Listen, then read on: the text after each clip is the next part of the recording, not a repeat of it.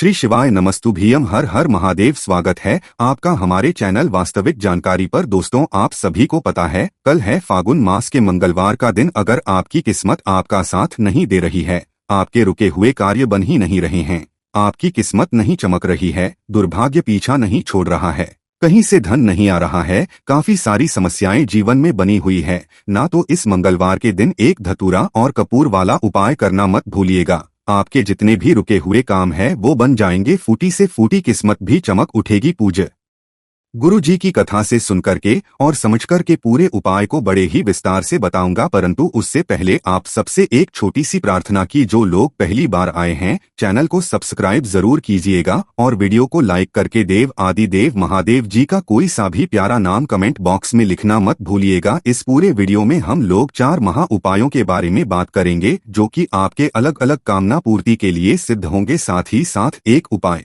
पूज्य गुरु जी ने बहुत ही अद्भुत बताया कि आप किसी कार्य को करने के लिए जा रहे हैं और आप चाहते हैं कि वो 2 से 3 घंटे में आपका वो कार्य पूरा हो जाए, 2 से 3 घंटे में आपकी कामना पूरी हो जाए, तो इस मंगलवार के दिन इस वाले उपाय को करना बिल्कुल मत भूलिएगा। सबसे पहले बात करते हैं पहले वाले उपाय की। देखिए, पहला वाला उपाय किन लोगों को करना है, ये चीज ध्यान से सुन लेना। भगवान गतिमान जी के नाम से ये उपाय करना होगा, जो कि हनुमान जी के छोटे भाई है ना, उनके नाम से ये वाला उपाय किया जाता है, धतूरे का उपाय। अब ध्यान से सुनिए, अगर आपके कोई भी कार्य हैं जो रुके हुए हैं, बन ही नहीं रहे हैं, आपके कार्यों में रुकावट बहुत ज्यादा हो रखी है ना, चाहे वो व्यापार का कार्य हो, नौकरी का आपको कोई बुलावा नहीं आ रहा है, नौकरी आपकी रुकी हुई है, कोई नया कार्य आप स्टार्ट करना चाहते हो लेकिन उसमें देरी हो रही है, विवाह से संबंधित कोई कार्य है उसमें देरी हो रही है, अगर आपके कोई रुके हुए कार्य हैं वो बन ही नहीं रहे हैं, तो मंगलवार के दिन इस वाले उपाय को करना बिल्कुल भी मत भूलिएगा। जो मंगलवार आ जाए उसी मंगलवार के दिन अगले मंगलवार तक आपका वो कार्य संपूर्ण होगा ही होगा। इसके लिए आपको चाहिए होगा मात्र एक धतूरा, है ना, और आपको धतूरा भी कैसा लेना है, इस तरीके का धतूरा नहीं चाहिए, आपको एक ऐसा सूखा धतूरा लेना है और उसके अंदर का जो ये फल होता है ना, अंदर के ये जो बीजों वाला फल, केवल आपको ये वाला चाहिए। मैंने आपको पहले भी ये वाला उपाय बताया था, धतूरे के अंदर के बीजों वाला फल वाला उपाय जो सिर्फ मंगलवार के दिन किया जाता है। तो आपको ये लेना है, 1 लोटा शुद्ध जल अपने घर का लेना है और इन दोनों को लेकर के आपको पहुंच जाना है बाबा के मंदिर शिवलिंग के पास में। किस समय पर जाओगे? सुबह जाना चाहो सुबह चले जाओ, शाम को जाना चाहो शाम को चले जाओ, कोई दिक्कत नहीं है। सिर्फ मंगलवार के दिन उत्तर दिशा नॉर्थ डायरेक्शन की तरफ मुंह करके खड़े हो जाना। अब उपाय करने का एक नियम है, आपको यहाँ पर पहले 1 लोटा शुद्ध जल समर्पित नहीं करना है। गलती से भी ये चीज ध्यान दीजिएगा, आपका जो दाहिना हाथ है उस दाहिने हाथ के ऊपर आपको उस धतूरे का जो बीजों वाला फल अंदर से निकाला है ना, फोड़कर उसे आपको अपने दाहिने हाथ में रखना है। अपना नाम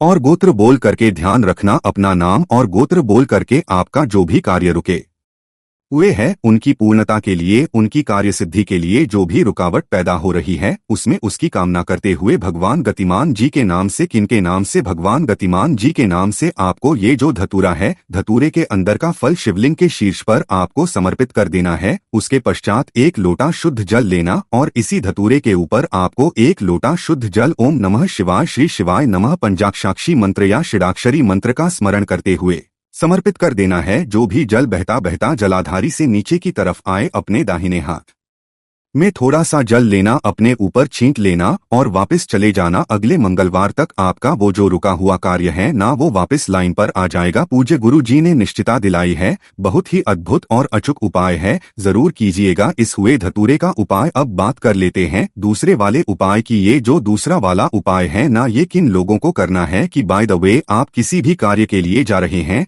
या फिर कोई समस्या अचानक से आन पड़ी है ना, कि भैया ये हो गया या ये हो गया, आपको कुछ समझ में नहीं आ रहा है, क्या करें क्या ना करें। दूसरी चीज, दूसरा गुरुदेव ने कहा कि अगर आप किसी भी बहुत महत्वपूर्ण कार्य के लिए जा रहे हैं और आप चाहते हैं कि वो वाला कार्य आपका सिद्ध हो ही जाए, अगर आपकी कोई ऐसी कामना है कि आज के आज ही वो कार्य हो ही जाए, तो अपने घर पर मंगलवार के दिन इस वाले काम को जरूर कीजिएगा, आपका निश्चय ही वो वाला कार्य संपूर्ण होगा ही होगा। इसके लिए आपको चाहिए क्या? ध्यान से सुनिएगा, एक नया दीपक, एक ऐसा दीपक जिसके अंदर अभी तक कोई बात ही ना लगाई गई हो, ऐसा एक दीपक लेना है, थोड़ा सा आपको लेना होगा कपूर, है ना, थोड़ा सा ज्यादा ले लेना है आपको कपूर, और साथ ही साथ लेनी होंगी आपको 7 लौंग, है ना। अब जो लौंग लोगे ना आप, वो संपूर्ण लौंग, उसके ऊपर का ये वाला फूल भी होना चाहिए। इस तरीके से लौंग लेना है और थोड़ा सा लेना है गाय का घी, गाय का घी, ठीक है। और इस वाले उपाय को आपको अपने घर पर ही करना है। मंगलवार के दिन जब सुबह के समय आप नहा लो, धो लो, उसके पश्चात आपके घर के मंदिर के सामने जहां पर भी हनुमान जी विराजमान है, हनुमान जी के सामने आपको उस दीपक को प्रज्वलित करना है। लेकिन कैसे करना है, ध्यान से सुनिएगा। इस दीपक के अंदर आपको कपूर डालना है। डालने के पश्चात इसके अंदर आपको अग्नि प्रज्वलित कर देनी है, ठीक है ना। और अग्नि प्रज्वलित करने के पश्चात जो लौंग आपने ली है, उन 7 लौंगों को गाय के घी में डुबो करके आपको इसी दीपक के अंदर अपनी कामना कह करके रख देना है, ठीक है। और थोड़े से आपको कपूर के टुकड़े अलग से एक कटोरी में रख लेने हैं। और लाल आसन कोशिश करना, अगर लाल आसन हो आपके पास तो लाल आसन पर बैठ करके आपको 11 बार, ध्यान रखना कितनी बार, 11 बार हनुमान चालीसा का पाठ करना है। मंगलवार के दिन 11 बार हनुमान चालीसा का पाठ करना। लेकिन ये चीज ध्यान रखना, आपका ये दीपक बुझना नहीं चाहिए, इसीलिए हमने आपको बताया था कि अलग से कपूर के टुकड़े और ले लेना, कपूर के टुकड़े इसमें डालते रहना, ये कंटिन्यू जलता रहना चाहिए। 11 बार हनुमान चालीसा का पाठ करने के पश्चात आप जिस कामना से इस उपाय को करके वापस खड़े होंगे, वो कार्य आपका सिद्ध होगा ही होगा, वो कार्य उस दिन आपका संपूर्ण होगा। पूज्य का बहुत ही अद्भुत और अचूक उपाय है, जरूर कीजिएगा। अब बात कर लेते हैं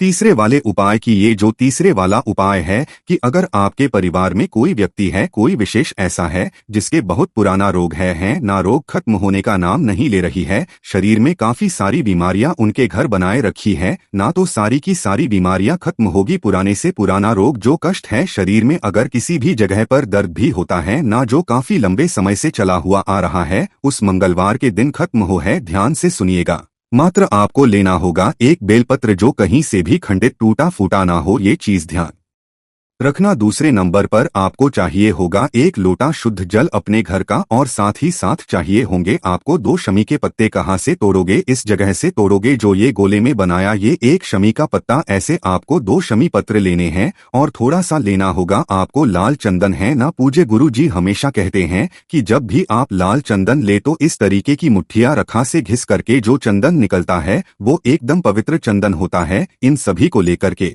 आपको पहुंचना होगा महादेव जी के मंदिर शिवलिंग के पास, उत्तर दिशा नॉर्थ डायरेक्शन की तरफ मुंह करके खड़े हो जाना। अब उपाय करने का नियम, इस वाले उपाय को उस बीमार व्यक्ति के लिए उसके परिवार का कोई भी सदस्य कर सकता है, वो खुद भी कर सकते हैं। जैसे ही आप यहाँ पर पहुँचेंगे तो आपको ना तो सबसे पहले लोटा शुद्ध जल समर्पित करना है, कुछ नहीं करना, ध्यान से सुनिएगा। जैसे ही आप यहाँ पर पहुँचेंगे तो आपके पास में जो एक शमी का पत्ता है ना, एक शमी के पत्ते के नीचे ये जो दोनों पत्तियां होती हैं, इन दोनों पत्तियों के ऊपर आपको क्या रखने हैं, ध्यान से सुनिएगा। तो एक एक शमी का पत्ता आपने लिया है ना, उसे इस क्रम में रखना। तो उसकी भी जो डंडी रहेगी वो बेलपत्र की डंडी की तरफ ही होनी चाहिए। ये कुछ इस तरीके से देखिए, इसकी भी डंडी इधर है और बेलपत्र की भी डंडी इधर है, इस तरीके से रखना। और जो लाल चंदन लिया है उस लाल चंदन की एक बिंदी इसके ऊपर और एक बिंदी इसके ऊपर इस तरीके से लगानी है। और जहां से तीनों बेलपत्रियों की पत्तियां जुड़ी हुई है, इस जगह से आपको पकड़ना है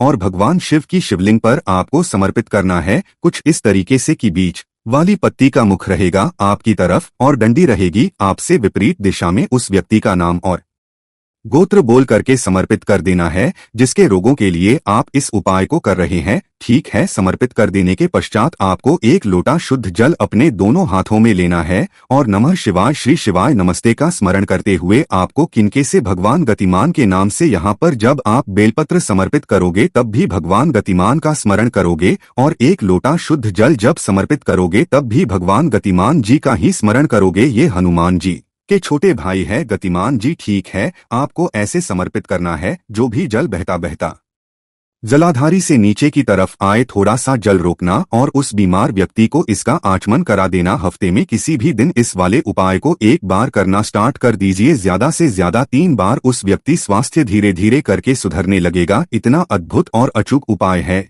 ये। अब बात कर लेते हैं चौथा उपाय जो कि होती है बड़ी से बड़ी मनोकामना पूर्ति के लिए उपाय, जो कि आपको हथेली से लाल चंदन का जल गिराना होगा। किस तरह से करना है ध्यान से सुनिएगा। बड़ी से बड़ी मनोकामना, बड़ी से बड़ी इच्छा पूरी होती है इस छोटे से उपाय से।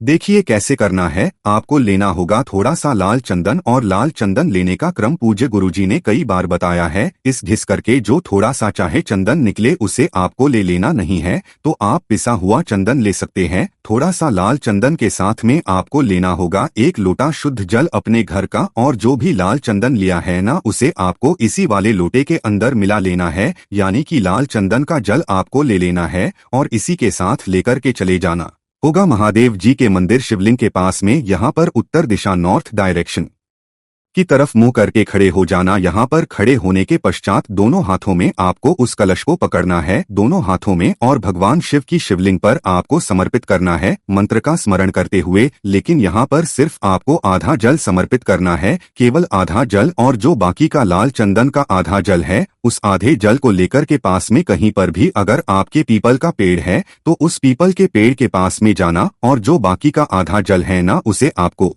3 बार में अपनी हथेली से समर्पित को है। ध्यान से सुनिएगा किस तरीके से आपको अपनी हथेली ऐसे करके लगानी है। दाहिने हाथ की हथेली और उल्टे हाथ में आपको उस लोटे को पकड़ना है। ऐसे करके 1 बार जल गिराना इसके ऊपर, ताकि वो जल यहां से बहता बहता इसकी जड़ों में समर्पित हो। 1 बार जल छोड़ना नाम और गोत्र बोल करके, फिर 1 बार जल छोड़ना नाम और गोत्र बोल करके, और वो जल आपकी हथेली से टच होकर के जड़ों में जाना चाहिए। और तीसरी बार फिर पूरा का पूरा जल छोड़ देना और हथेली से टच होकर के यहाँ पर पहुंच जाना चाहिए।